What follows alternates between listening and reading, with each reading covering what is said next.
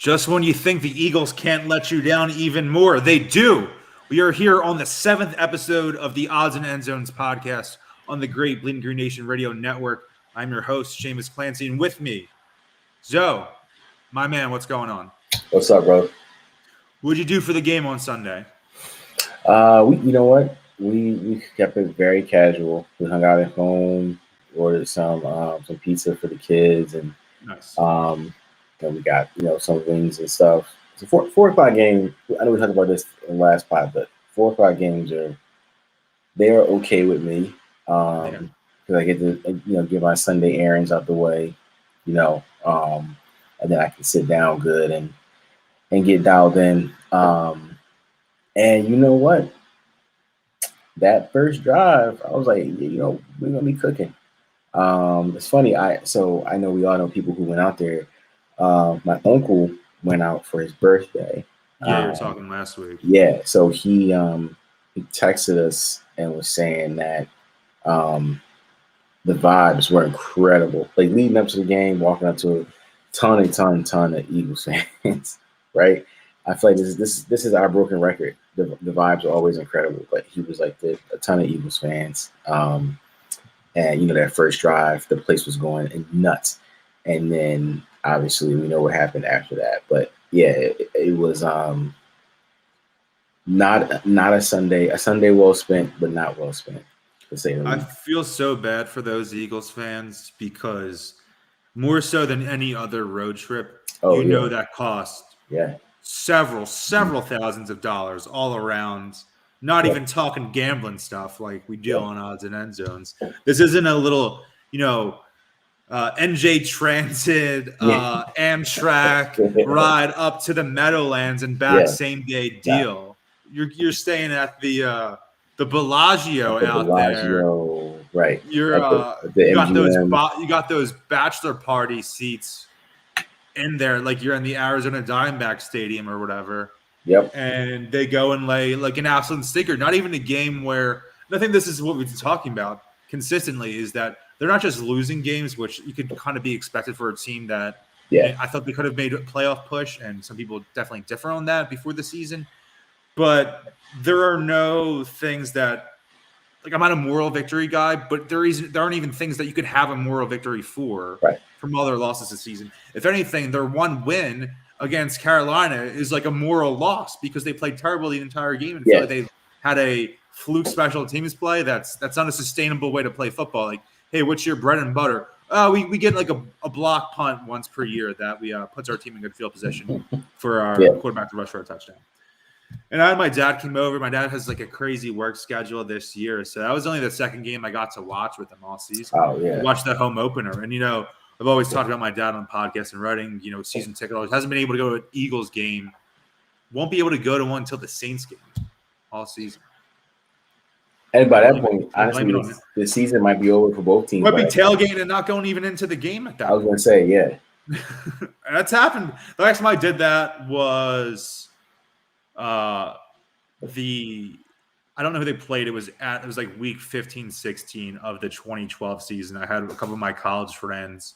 Like I drove my car down, left it. My dad grabbed it, and we didn't go in. When we got into the stadium and we're getting into the seats, they blew the whistle for the 2-minute warning. And you're like 18 or whatever, so it's different. But it was definitely out of there before the last 2-minute warning. So for sure. I did a couple same game parlays, and those are such an addicting thing, and that's maybe like a bad thing, and definitely gamble responsibly. Responsible. Don't be betting money that you can't afford to lose. At the end of the day, I lost this $15 bet, this $30, and it could be different on based on your income. If you can afford to do a $100 bet because you make a lot of money and lose it, in your case saying I'm losing $100 today, that's fine. Go do it. Go crazy. Yeah, good for you, dude. Yeah. All respect. But what an ingenious invention those same game parlay were, because everyone's like, you say, oh my God, this guy hit for 8K or 10K or whatever. Everyone is doing a bunch of those on every game, and all those little costs add up. And then you see there was a dude hit for, I think it was like 180 grand. And you look at the parlay. I'm like, no. Like I'm looking at I'm like, no, I can't imagine. Like, because you also have to put down a substantial amount of cash on it, right? To So like, get there, yeah. you got to be willing to lose. Let's say it was like a $6,000 bet. You got to be willing to lose $6,000. Like, should Pat And maybe you Mahomes? can. Maybe some guy can lose, And or a well, girl, or whoever can lose 6 so grand.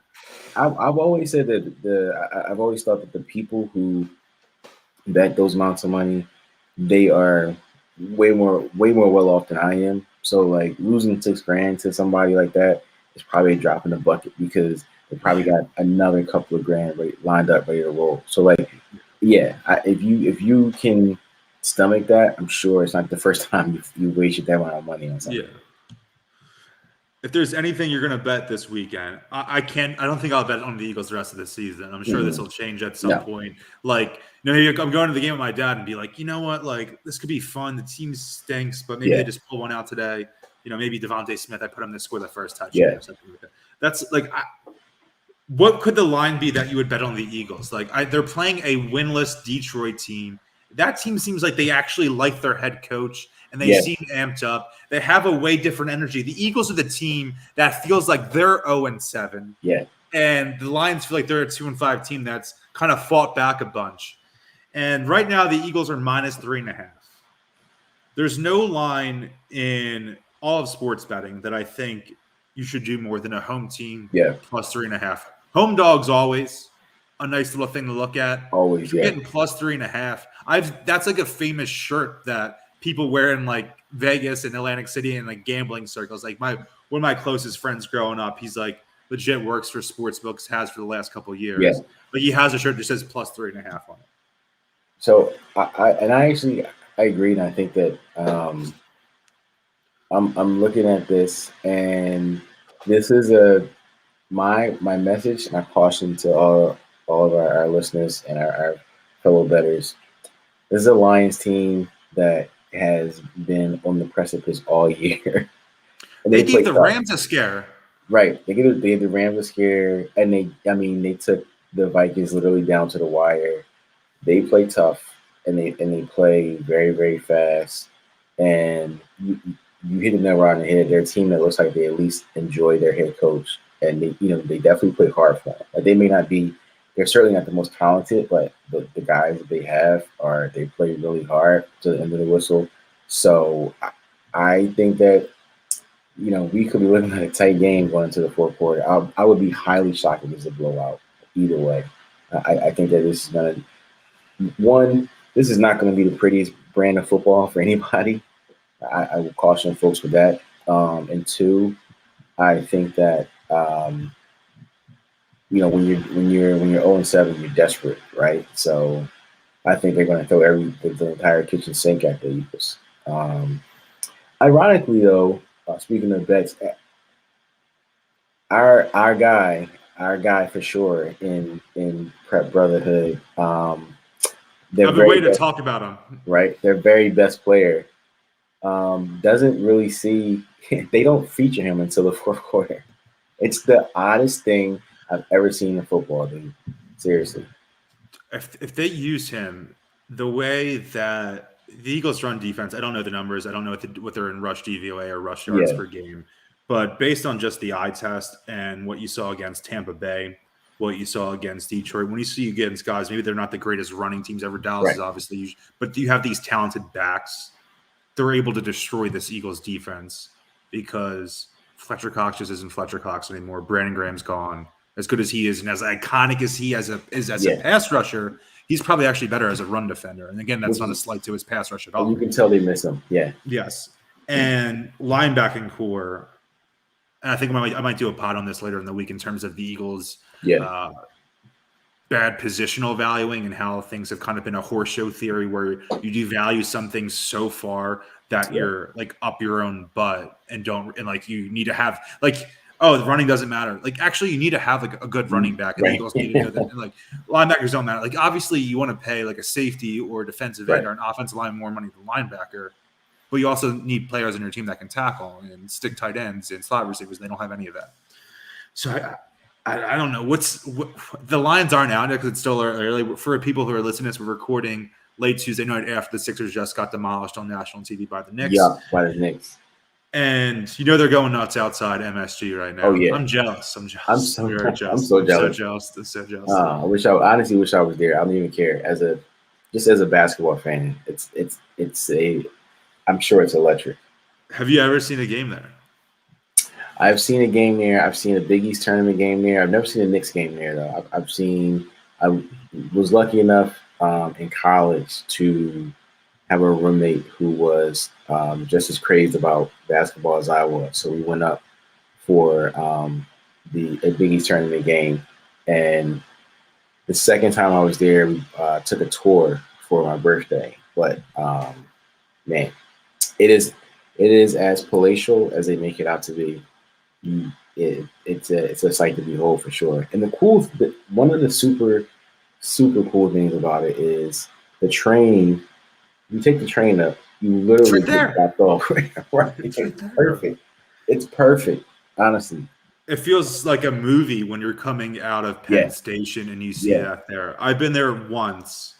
I talked about this a lot in the past. In my junior year of college, I was an intern for the Philadelphia Daily News, for the actual newspaper.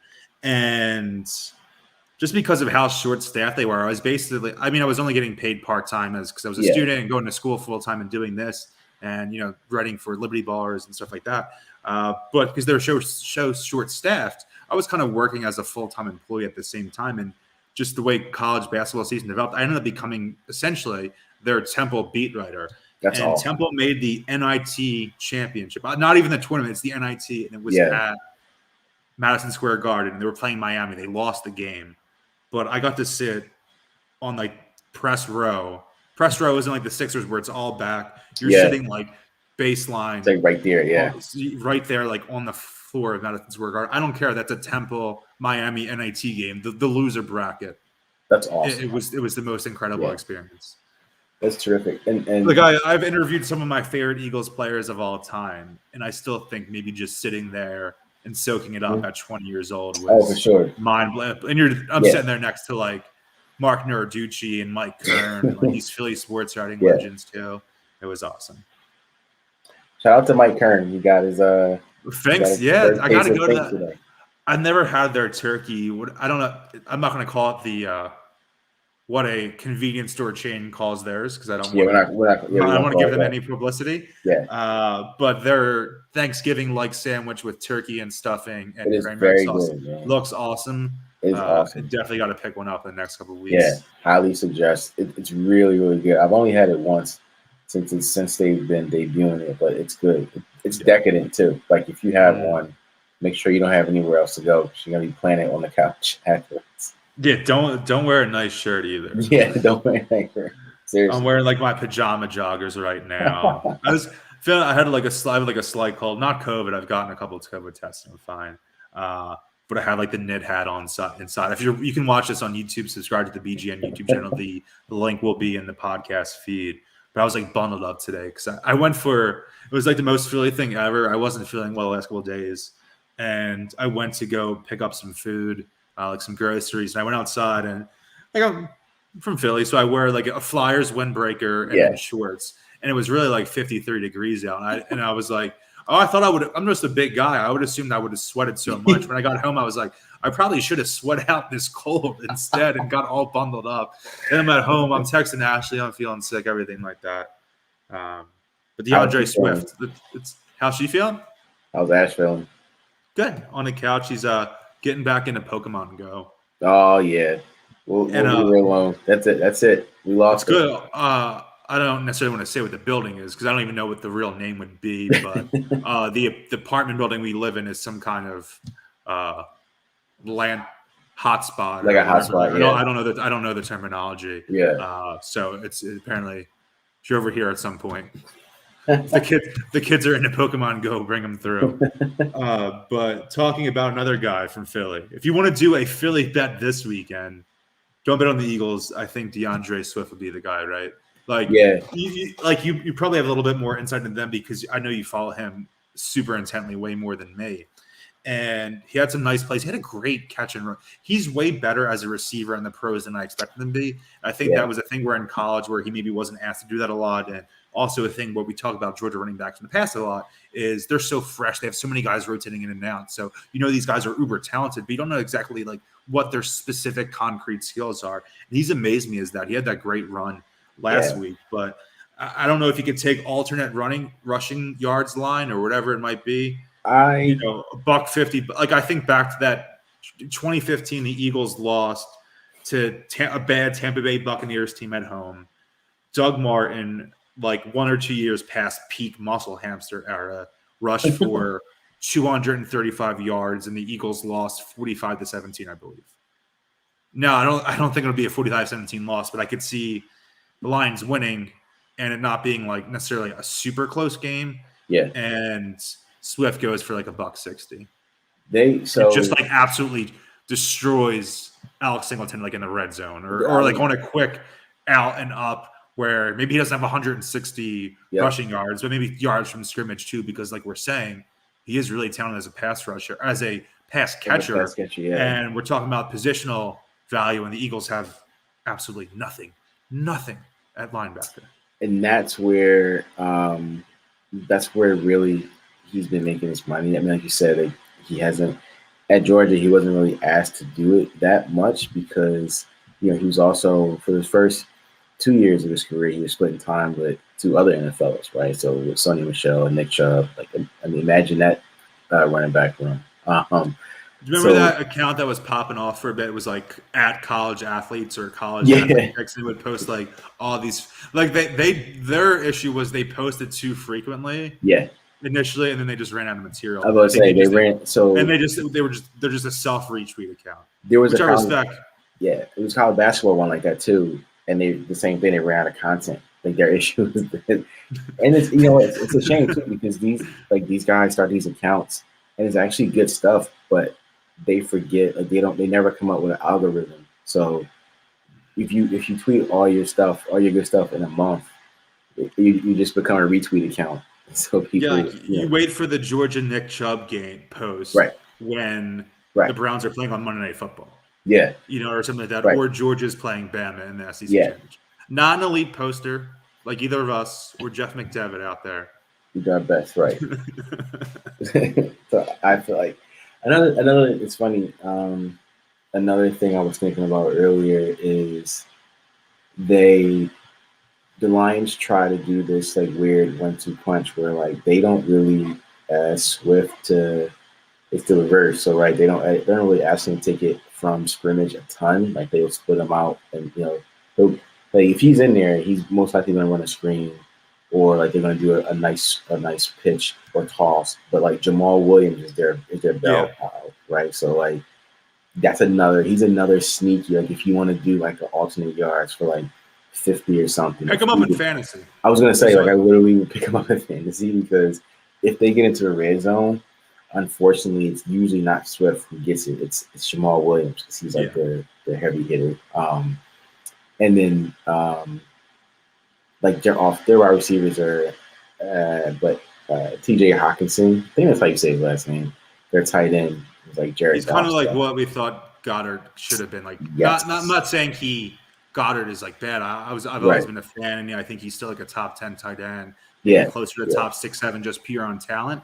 But I know he's kind of getting the targets because of who he's playing with, and Goddard didn't get as much because of who he was playing with, like Hurts and other factors on the Eagles. But kind of had that breakout year that I really wanted Goddard to have, and we're getting there. Like it's finally the Dallas Goddard's breakout year. I don't really want to get too into that, but Hawk's good. He's good.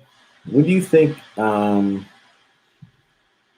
do you think Goddard's leash is? Like, do you think they'll give him another full season, or like, do you think? I'll tell you what I think, but I want to hear what you think first.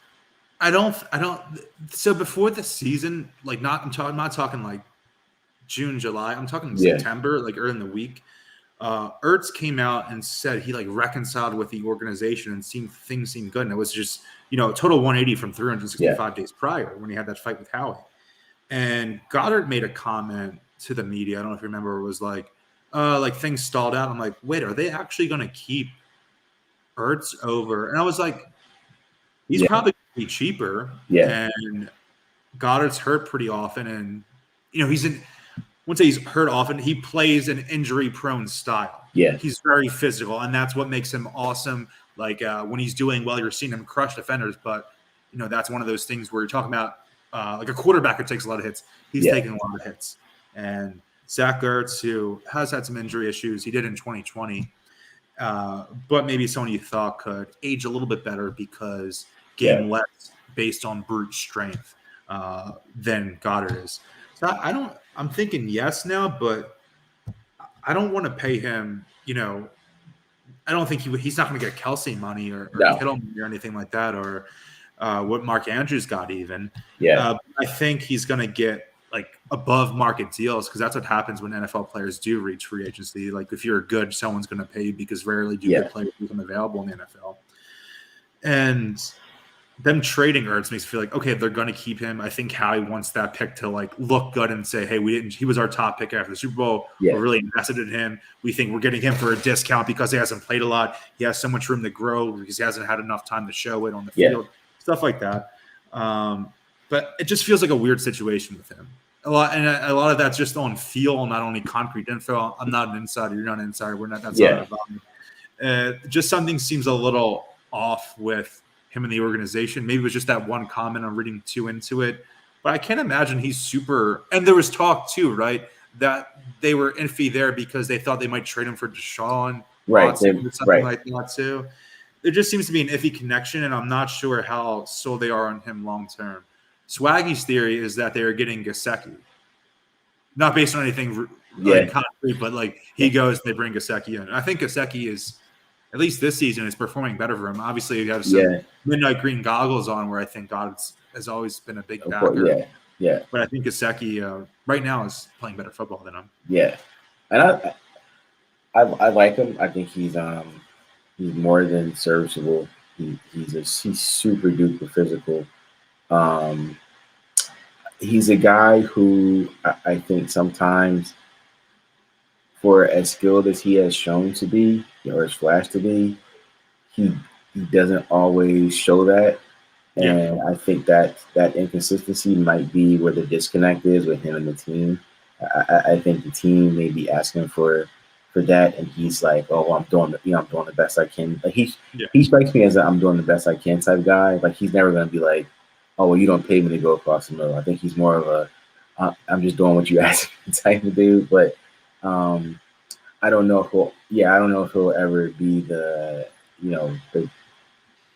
Darren Waller, Travis Kelce, George Kittle mold, and that's probably unfair to ask of him, but those are his competition. He's a featured tight end in this league, and those are the guys he's always going to be. I guess you can throw Kyle Pitts in that mix too. The guy had 190 receiving the other day, but he's a guy who that's basically his peers, and that's who he's always going to be compared against. So I think that it would do him some good to take whatever this offseason brings. And I feel like he's a guy who he's a really good, like, best shape of his life candidate. Like, I don't think we've ever seen him in the best shape. Dallas Goedert's the best shape of his life. Everybody's like best shape of his life. He strikes me as that kind of guy. He's easily a best shape of his life candidate. I've been trying not to laugh about it, and it's pretty damning. Like, I think he's good, but he's the tight end, and he's supposed to be like a top 10 tight end in the league. He doesn't have good hands. No. A tight end that's supposed to be awesome, who's going to get it's probably he's going to get at least 20 million guaranteed in free agency from an Everett team. Like, he doesn't have good hands. He drops the ball. He is really good. Like, he's really talented, but like you think of Zach Ertz, like, would you have ever said like bad hands at any point in his career, even when we thought he was maybe like not truly like goats here, like we thought he was in like 2014 or whatever. Like, the hands were like the tight end needs to have good hands. Like, sometimes you could see with a receiver who does all these crafty things and crazy separation can burn him, and maybe he has some drop issues. Tight end, the whole point is like, you're not the fastest guy in the world, but you sure can catch the ball. Right. That's it. Like, that's the point of the position. It's like you're the fullback of the passing game. Like you're not the fastest or the quickest, but like the fullback sure can run the ball because that's what he does. But Not like the tight end's supposed to literally just catch the ball. Like how can you have cement for hands as a tight end? Like we never said Hurts has bad hands. We all we ever asked for was some yak, right? Does Darren Waller have bad hands? Right. Right.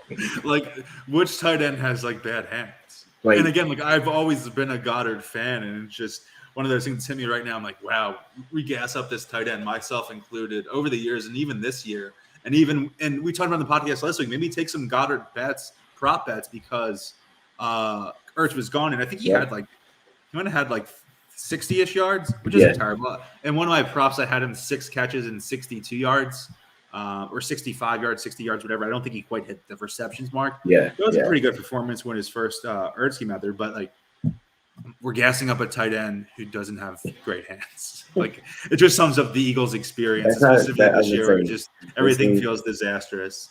Welcome to the 2021 Eagles season. We're talking about a tight end with clubs for hands. We have like one of the 3 or 4 fastest quarterbacks in the league who doesn't make crazy running plays. Like besides Lamar and Kyler, it's like him, and he's just they're the bizarro team. They're the bizarro team for sure. Like they have the sneaky deep threat who is never ever, like, it's odd that, like, the sneaky deep threat who never catches the ball in stride or who never gets it in stride. The super fast quarterback who rarely runs the ball. The tight end, the really good tight end who can't catch. Like, the list just goes on and on. The really talented running back who doesn't know that you have to stay in bounds in the fourth quarter. The running back who doesn't know you got to stay in bounds.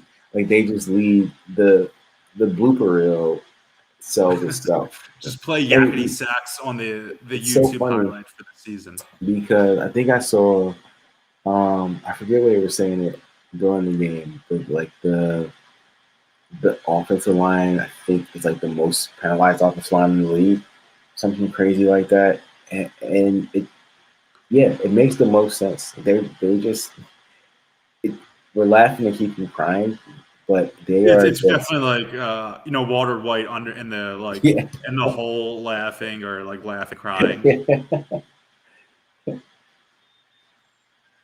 It sucks. Pro Football Talk. Let's do something that could be fun. Said that. Seems like last offseason, Russell Wilson wanted to trade. Pro Football Talk reported out today. It seemed like there was a lot of buzz last offseason. Yeah. It seems like a formality. Seahawks are doing poorly. He's out with an injury right now that he might be gone. Like, he might have, played his last game. We don't know. We don't know the exact severity of the injury. It could also be a thing where he's like, this team's bad. They're not going to play us. I'm not coming back, which obviously you can't blame him. Before this, he's never missed a game in his career. Yeah. He was a day 2 pick, started from day 1. And there was talk that he could be traded this season. And I'm like, obviously, I don't want Deshaun Watson here. I don't think he wants to be here. So that's takes another thing out of the equation. Yeah. But if they were to trade for, say what if they gave up their pick and the Colts pick, and they kept the Miami pick, or they kept one of the Miami, or keep one of the Miami, or the Miami or the Eagles own pick. Yeah. And you send those 2 picks with Hurts, and you kind of punt this year, but you throw Minshew in there. This is just a hypothetical, obviously. Yes. Would I bet on this happening? Absolutely not. But we're just shooting the breeze right now because there isn't a lot of talk about when your team's bad. Right. Throw Minshew out there for a level of stability. See what you have because he's on the contract from that year. He could be a good backup for Russ. Can like a similar archetype in a way to Russell Wilson. Obviously, nowhere near the actual player and talent, but the way you cater offense to Russ, I think Minshew could actually run that offense, which is exactly what you want with the backup quarterback. I think it's when I like the move when Hurts was the QB1 and still is the QB1. But you have Minshew in there that kind of makes sure the young guys on offense are still developing, and then let Russ sit, let Russ cook on the sideline. Yeah. And the organization has been obsessed with Russell Wilson. Oh yeah. And I mean, the stories go back. They drafted Carson Wentz because they were obsessed with Russ. Like all of those types of things come to play. They drafted Jalen Hurts because they were upset about passing on Russell Wilson the first time, and they were nervous they were going to do it again. Like all this stuff that it only feels fitting that he would come back. And again, how he makes more trades than anyone, it's not going to happen at the deadline. But could you think of anything like more rocking? Because the Eagles are number one in this town. We have got crazy basketball trades, Phillies trades. The Cliff Lee signing amidst Phillies mania in this town back when I was in high school, that era. But I can't like T.O. coming here was unbelievable. Yeah. But like for an in-season move, like nothing could be more hectic or crazy. Again, like we're not reporting this as a real thing or anything. Like I don't want people who take stuff. I can't remember, and you know what? And to be honest, with the way that they currently are, I think that they'd be willing to do it. I think. Like I don't know if like they came up to the Eagles and were like, "We'll trade you him, give us X, Y, and Z." They would give X, Y, and Z because I think mentally they've punted on this year already. Maybe they were already punting to begin with before even fans either believed it or maybe they didn't want to. I feel like maybe the team was bad. I just couldn't believe it. Do you know what I mean? It's one of those things where I want to be optimistic. I don't want to throw the season away. I want to keep it entertained as long as I can throughout the season. Have this suspension of disbelief. Yeah, but they're probably much more realistic than me, which maybe kind of saves Howie's job. We're like, oh, we were supposed to be bad. Yeah, if they were like internally, if the conversation was, well, we knew what this year was going to be anyway, then Howie's not going anywhere, right? I mean, even if you're being super realistic, we know he's not going anywhere. Like after this year, so I do think that everything's on the table, right? As bad teams always say at the end of the season, everything's on the table, right? So, and I think with that is if you do have Jalen Hurts finish the season as your starter, and whatever you think an actual evaluation of him was or is, I think they absolutely will entertain it. I know. Yeah. I would be hard pressed to think that Seattle would let that game have been Russell's last game, even if it seems weird. That's because he doesn't have that outward personality. Right. I'm not saying he doesn't have an ego. Every NFL player, especially at his stature, his stardom, his quality, his talent, but he's not necessarily a media outwardly about it. Like he probably has those qualities, but maybe he's smart enough to work the PR mills and not do that. But he seems like a guy. There's been so much smoke over the last few years that from insiders that something seems to miss with the organization. And maybe he gets traded this offseason. Maybe he goes to Washington. Maybe he goes to Carolina. Maybe he goes to some carousel where he ends up in Green Bay. There are these all these kind of options. He ends up with Las Vegas, and I mean, I could see like that's Howie's white whale. Yeah, and we're talking not just trade deadline this year, but this offseason. I feel like they're not sold on Hurts. I don't know much about Matt Corral, if I'm pronouncing his name right, from Ole Miss. He seems like the guy everyone has as QB1. I haven't seen but he's like anything. He's nothing like he doesn't seem like true super duper star. So there's not even like a quarterback where I'm super into where I feel like we're almost resigned to if they don't make a move for a veteran quarterback, situation where they just stack pieces and run with Hurts, or they do some kind of budget stopgap, whether it's Jimmy G. I wouldn't like it, but I wouldn't be shocked if like they said they get Matt Ryan next year or something like that, and be like, look at Tom Brady playing in his 40s. We think Matt Ryan, age 37, he's got some of the best years of his career in front of him. Something like that. But and like you are also, if you go in and you draft the Matt Corral, that's a second year you're punting because. It's a very rookie quarterback. You think Jalen Hurts is a rookie? You might have to punt on or you punt it. Is it a wasted year too? Because if Sirianni's coming back, he's probably getting fired after next season, especially if the new quarterback. And you just kind of wasted a year of development. Right, exactly. Because earlier in a podcast earlier in the year, I was like, I could see Sirianni be done and one and caught some flack and understand I might have been too aggressive about it. But it's a situation where it feels like a marriage between those two because just say they cleared out the GM, a new GM is going to want it, and which I don't think is likely. The new GM is going to want a new quarterback, a new head coach, and a new quarterback. And this isn't.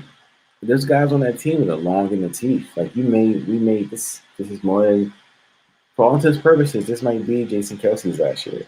And you're gonna have BG coming back and from a Achilles injury. You're going to have Fletcher Cox a year older.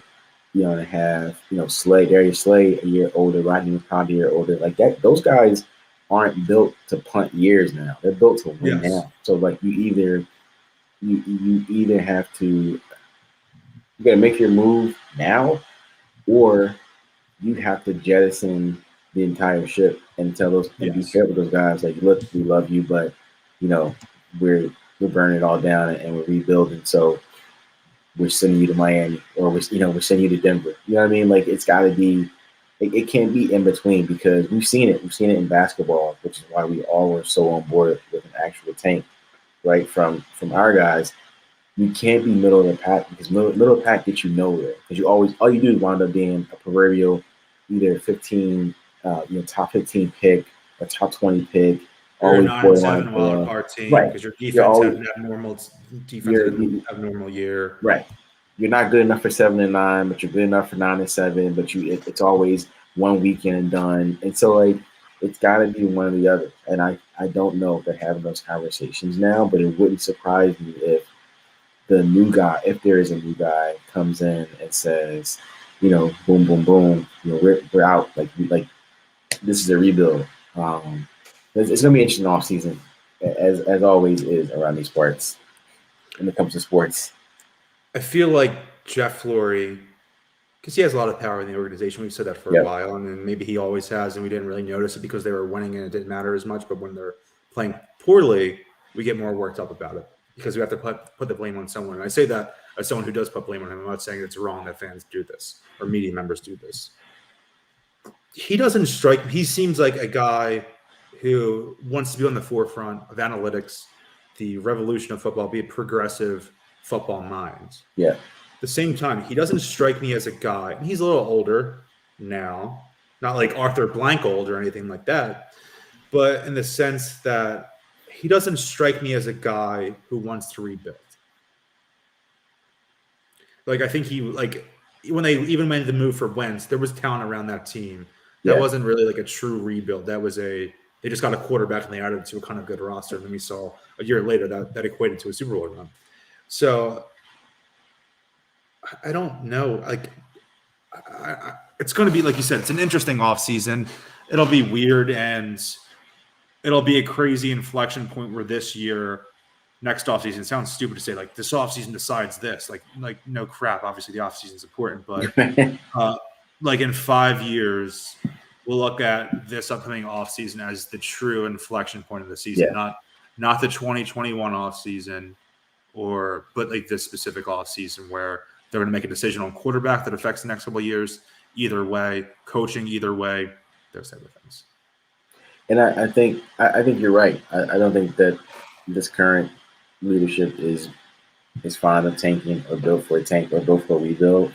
So I think it's going to be either going to be a mess or it's going to be a mess, because I don't think that I agree wholeheartedly with your point that this is not a leadership group that is set to be in a part of anybody's rebuild or breakdown. I just got a Twitter notification for Mark Stein, and it said Porzingis has officially been ruled out. And I just looked real quick at my phone when it popped out. I thought it said Porzingis has officially retired. He might as well. He should just retire. Yeah, he might as well.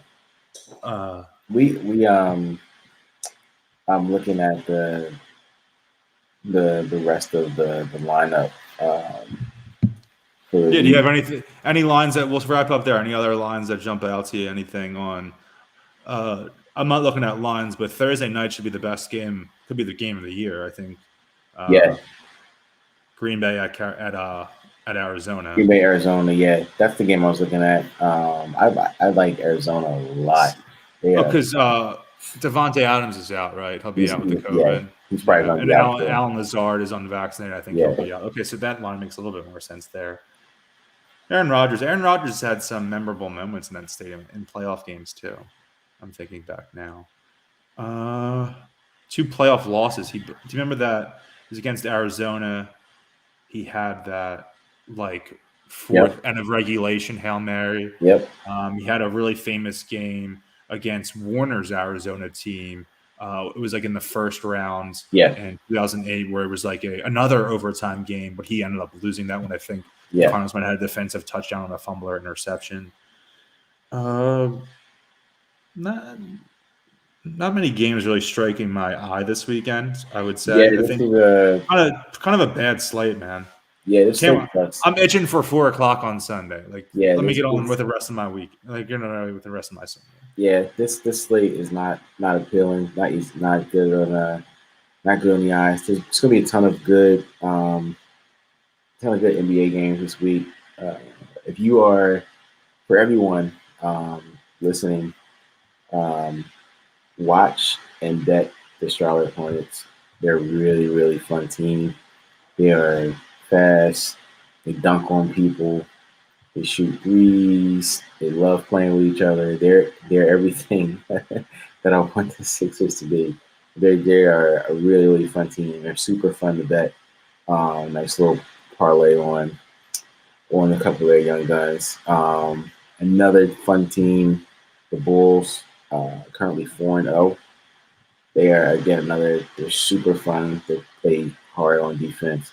They got a ton of guys who will dunk on your face. Really, really, really fun team to watch. So those are my two to look out for if you're pacing your first couple of basketball parlays for the year. The Bulls and the Hornets are our early darlings. But yeah, man, it's going to be a really, really fun next couple of weeks. How are the Raiders on bye on Halloween weekend? I know it's not Oakland and the Black Hole anymore, but that feels like a fan base that deserves to play at home. Because Vegas, I mean, it's way different in Vegas, but still, like, you think maybe the Bengals, Black and Orange, they have a good fan. I think, like I said this a bunch, like AFC North is the other fan base that I respect because they're like kind of similar weather, kind of got the same vibes as like the Philadelphia, New York, Boston, kind of DC area. Especially Browns and Bengals fans. I feel like they're rabid. Yeah, I feel like they relate the most to Eagles fans because they're just as rabid. Like you said, like the weather, it's really sucky out there after like October too. Miserable people. Miserable people. Just miserable like, blue collar folks. Love them to death. Bills are at home. They could have an exciting pregame, right? Yeah. Exciting tailgate scene. Get some I don't know, posting probably like some Barstool account posting a lot of videos. Right? I think they send I think they have a direct line to Barstool. They probably just I think people just DM wrong stuff all the time. Like I don't know if they have like a Buffalo correspondent, but like not that we're affiliated with Barstool or anything, obviously, but I feel like that's the actual like Barstool content that people would like want to see. That's how it happens. Yeah, like it's like just show me any videos of Buffalo Bills, and it's the way we talk about whoever does those videos. I don't think it's Barstool. Whoever does those videos outside of Madison Square Garden with those Knicks fans. Oh yeah, like that should be the thing.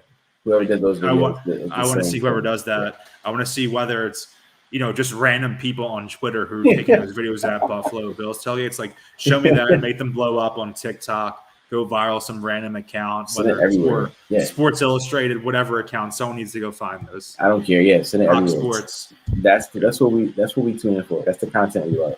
Yeah. All right. Well, getting late. Want to wrap this up? We good? Yeah. Straight. Yep. Eagles stink. Keep leading green. You got here anything? No, it's nothing. All right. We'll be back next week. We have 7 episodes in the book. Good for us, man. We're rocking it. I love it. We're killing it, and the Eagles aren't. It makes too much sense. All right. Be back next week. I might have another From the Bleachers this week. It's not definitive, but I did release one dropped on Monday. So if you haven't listened to that, tune in too. Peace.